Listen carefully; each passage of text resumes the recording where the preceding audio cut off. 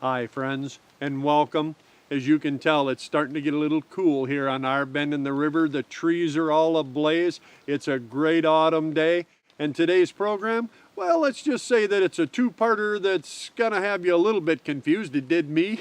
We're going to start by going out west, out to Colorado for a do-it-yourself archery elk hunt. And then we're going to come all the way back to Michigan and try to keep a 23-year-old family tradition alive. But first, we're going to go out and catch up with our good friend Win Condit from Wycon Safaris, and then we're going to go up and hunt his 9 Mile Pass property. This is a do-it-yourself elk hunt. It's a gorgeous piece of ground, and Win is going to go up. He showed us around. It's the new place for us. We've only ever been there once before, and we sort of got rained out. Well, this is round two, and if you know me at all, you know I love a challenge. I love something new. This is beautiful ground, and Win is going to take us, show us the boundaries, and then he's going to turn us loose to see if we can get ourselves an archery elk. Now, after that, as promised, we'll come 2,000 miles back to Michigan, and I'm going to go out for a do-it-yourself, film-it-yourself wild turkey hunt. I do this every fall. Our family has always had wild turkey on the dinner table for the last 22 years, and I'm trying to make it 23 in a row. But first, let's head out west to the Rocky Mountains where it's unbearably hot and try to find an archery elk. Hey, I'm your host, Kyle Randall. This is my Wilderness Journal, and we're headed west right now.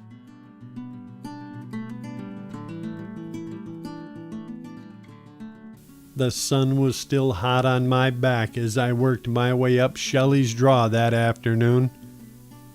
And then about halfway up, I noticed I wasn't the only one hunting it. That's a big bear. We got no bear tag, though. I did figure, though, it was much too hot for this bear to be out roaming around, and in fact, it wasn't till after we climbed all the way to the top and broke over on the shade side that we saw any movement at all. Way down in the valley floor on a new alfalfa seeding Win had put in, we noticed a couple of mule deer working their way off to water. And then after creeping along the canyon rim a little farther, we noticed a cow elk coming out just before dark. And then we saw another, followed by a spike bull.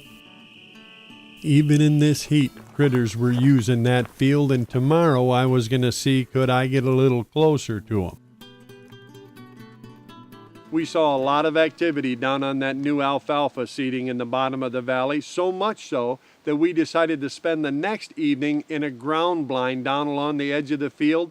We decided to build a simple brush blind right where they'd left some fencing supplies. There are a lot of manufactured blinds on the property, but it was so hot I was truly concerned if we got into one, Mike could pass out before the elk ever showed up. We weren't far from a stock tank, a good source of water, and we had high hopes that if the elk came in before it got too dark, we might just get a shot at one going to water.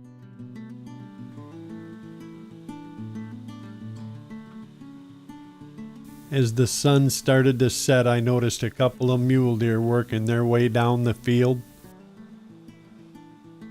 It was hot and dry. We just sat there and watched as every step they took sent up a little cloud of dust. There would be no way to stalk animals in these conditions, no reason to go up into the timber and even try calling. Our only hope was that before dark, some elk would move their way down to us, and until they did, watching mule deer was better than watching nothing at all. And then a couple of minutes later, one of the mule deer started staring out in the brush. I looked over. There was an elk. Actually, two of them, a cow and a calf, were working their way in. Some of this sage is so high around the field, I didn't even see them coming.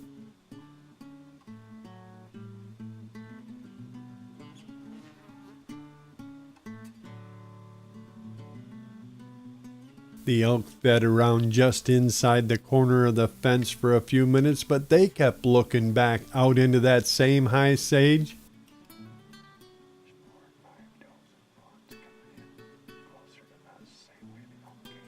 And then a couple of minutes later, more deer worked their way into the field.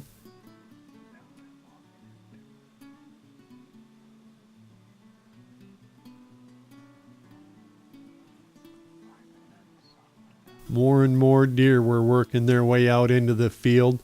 We had a couple of elk, probably 15 head of mule deer all told. Now what we needed was for something with some antlers to show up. I had an elk tag, and I even had a deer tag. What I didn't have was eyes on anything that looked like a decent buck or a bull. Still, it was early. We had about half an hour, maybe 45 minutes of shooting light. When it's this hot, you just have to wait it out. We weren't far from that stock tank where we'd seen the critters go to water the day before, and I was very hopeful that if one came out, be it a buck or a bull, they might just work their way over here and get themselves a drink. At least that was the plan.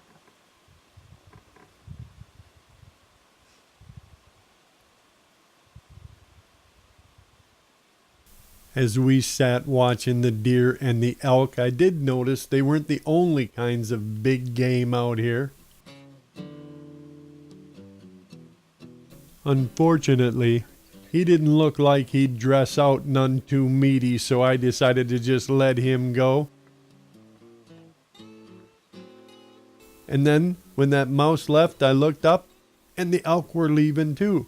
They were walking off back out into the sage. They could obviously hear something, see something I couldn't hear or see.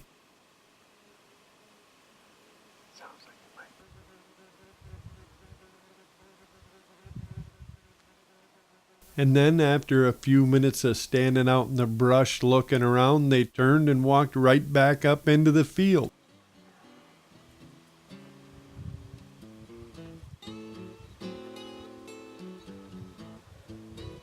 They did go back to feeding, but they seemed pretty nervous.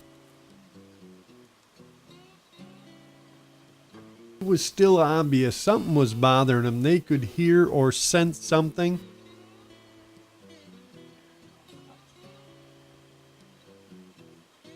They never quite got comfortable, you know what I mean? They kept looking back up the mountain.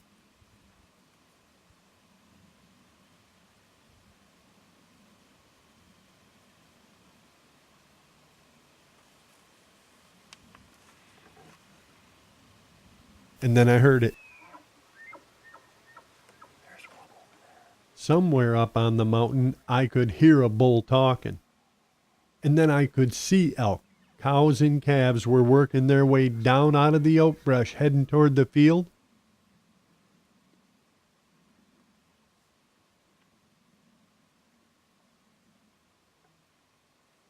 And following at the very end of the bunch, a dandy bull. A real whopper was standing over there nosing his way around where we'd seen a porcupine in a tree on the way in. He didn't seem too concerned, though. He just kept looking around, checking to see where his cows and calves were going. And then off in the distance, I heard another bull squeal, and obviously he heard it too. He turned and stared down at the field down in our direction, and friends, this was an awesome bull, a 6x6, just the kind of monster elk we hoped to see when we came out here. Now all I needed was for him to work his way down. He needed to get about 200 yards closer, and then maybe I'd have a chance. I decided if he made it to the field, I'd try to call him over. There were so many cows and calves scattered around, I thought perhaps he'd think one of them started to wander off toward that other bull, come over and try to collect her.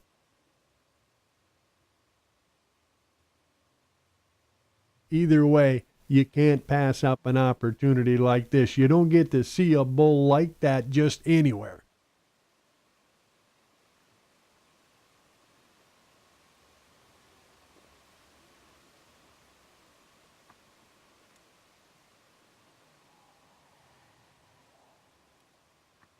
I watched in silence as he worked his way down, and he finally made it to the fence, only he was on the outside. And then he turned and came around the corner post. He was coming into the field. If he kept coming, he was going to head right at us.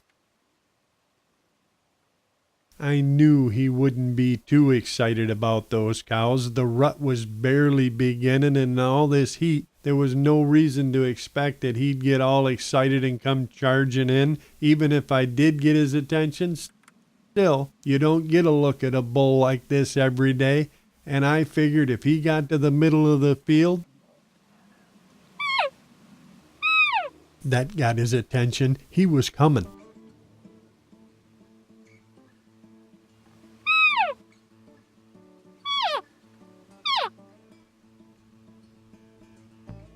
I had his attention. Now I needed to reel him in. I needed to convince him to come over a little closer. I needed about 50 yards.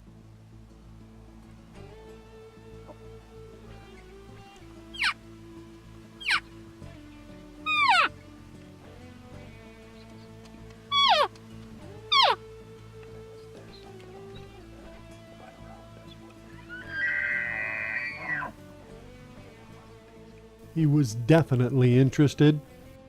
That is, right up until he saw the two spiked bulls coming in from the other end of the field, walking down toward his cows.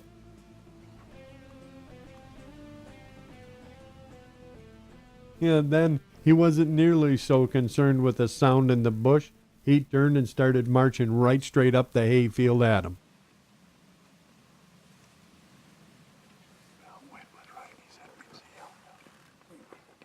He did stop once and just stand there staring up the other side of the mountain. I thought about calling to him again. Maybe he'd come.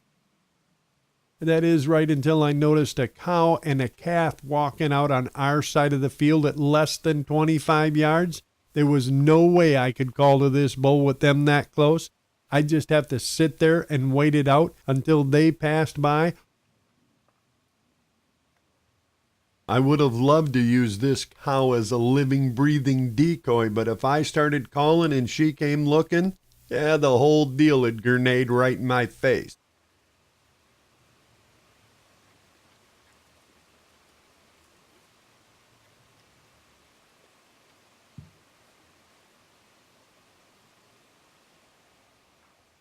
As I sat there watching him, it did occur to me that I'd heard a bull back behind me and maybe he'd follow this cow and calf out. Either way, with them so close, there was nothing else I could do.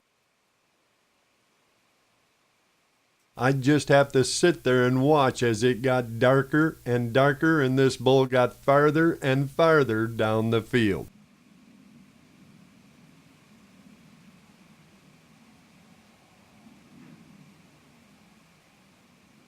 And as I sat watching, I noticed two things.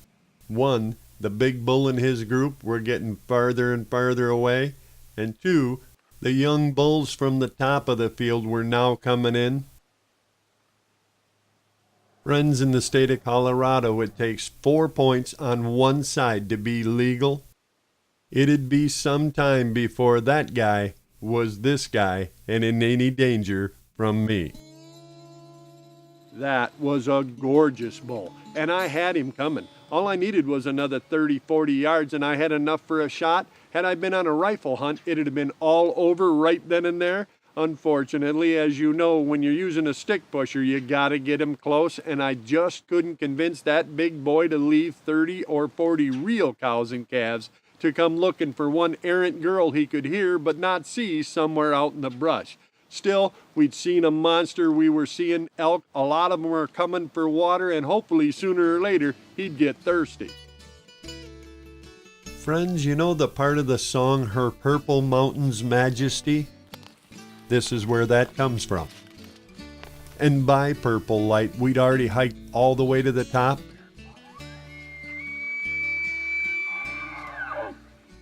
Off in the distance, down in one of the valleys, I could hear a bull bugling. We started working our way around the rim of the canyon, and a half hour later, I was looking at elk. Oh, see, those elk are coming up off that field way down there. They're coming up. That's what they were doing last year.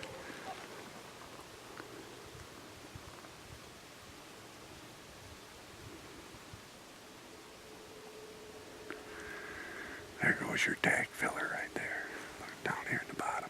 Most of the elk had already crossed over the top, but there were still some down in the bottom by one of Wynn's stands. They're looking down over in here.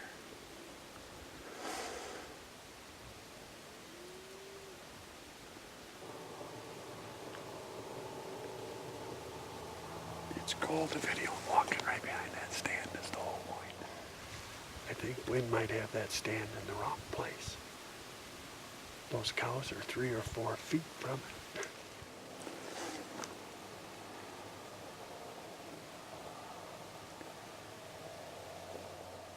Oh, here comes some more up the road, right up the fence.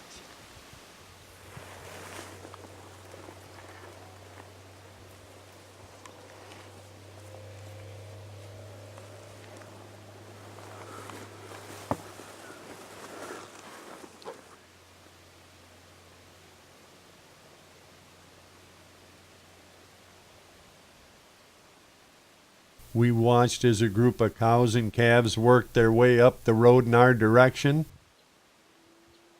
I figured bull or no bull, maybe we'd at least get a chance to fill our either sex tag, take home some quality venison. And then one by one they turned and went off up into the brush. And then our last day on the mountain was over. Close again, but no elk steaks. We had such a great time though. This is such a tremendous piece of ground, especially for a do-it-yourself style hunt. We were out there roaming around, sneaking, poking up and down the canyons, calling. It was really hot, not great elk hunting conditions, and we still saw numbers of great critters. I'll tell you, my friends, Wynn Condit, that 9-mile piece of ground, he has got it going on. If you're a do-it-yourself kind of person like I am, this is the perfect piece of ground to go out and chase elk and mule deer, and I can't wait to get back out there again next year. Thanks, Wynn. We truly enjoyed it. Now let's shift gears, head 2,000 miles east, and go out and try to keep a 23-year-old family tradition alive. I'm going to take my own camera, my own stick pusher, and try to get my own family its Thanksgiving turkey.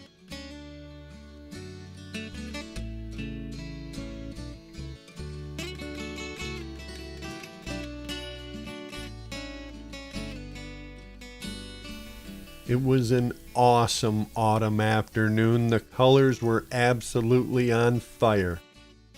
I was set up out by the lake and I was calling intermittently. But so far at least, I wasn't seeing the kind of birds I was hoping for. And then I saw a deer. This buck came working his way up out of the swamp. Now understand, I deer hunt some. And this was a pretty nice young buck. Yeah, he'd need another year or two before I was all that interested. I told myself, this is a turkey hunt, remember? He hung around until his concern got the better of his curiosity, and then he wandered off. I sat for another hour calling occasionally, but in the end, I went home with empty pockets. Never fails. You go out looking for a fall turkey and a deer shows up. That's the way it is still. It had been a beautiful afternoon, but if we were going to have wild turkey on the Randall family Thanksgiving table, I was going to have to keep trying.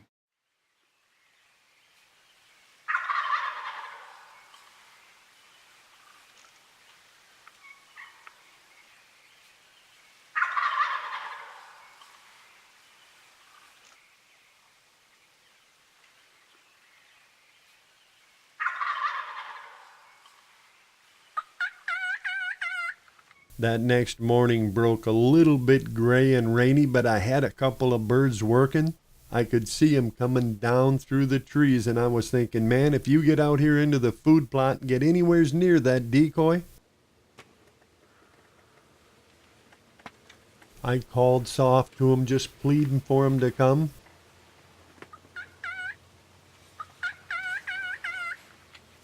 They were on the hook.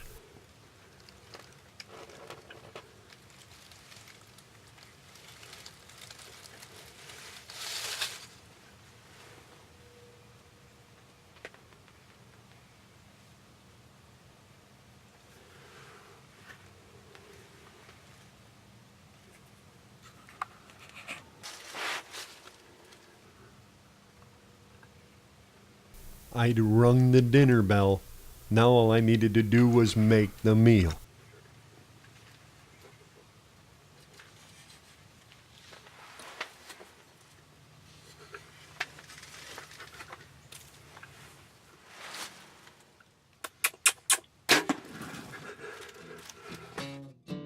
Not my best self-video effort. I'd let that Tom get just a little too far across the screen before I turned that arrow loose. That can happen when you're trying to do it all yourself. It's a left brain, right brain kind of thing. But I will tell you, those feathers you saw floating around in the air, those weren't from my pillow. I'd hit that Tom and hit him hard. It was time to go find my family's Thanksgiving dinner. We managed it again. This 22 or 3 years in a row, the Randalls will once again be blessed to have wild turkey on their Thanksgiving table. You know, the family's getting so big, I'm afraid one isn't going to get it done. I'm hoping some of them young people, some of them grandkids come through and sort of shoulder a little of the load. Hopefully they'll get a bird or two. Either way, we're all going to have a taste of the good Lord's blessings again this year on our table.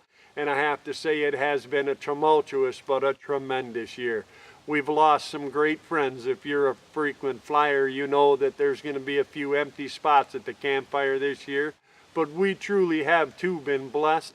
And I want to thank each and every one of you, because I count among our many blessings you. Without the Wilderness Journal family, we wouldn't be here. And I truly hope that each of you are blessed and happy and fruitful. I hope your harvests are many and your heartaches are few. And I truly hope in the coming year you take a moment to stop, share what you know, start a youngster. You know, we live in the greatest nation on earth. Nowhere else that I know of can you pick up your gun, your bow, and go out and harvest your own food. We were conceived in liberty, and that liberty is what makes us all the same. I truly hope you have many, many blessings. And from all of us to all of you, happy Thanksgiving.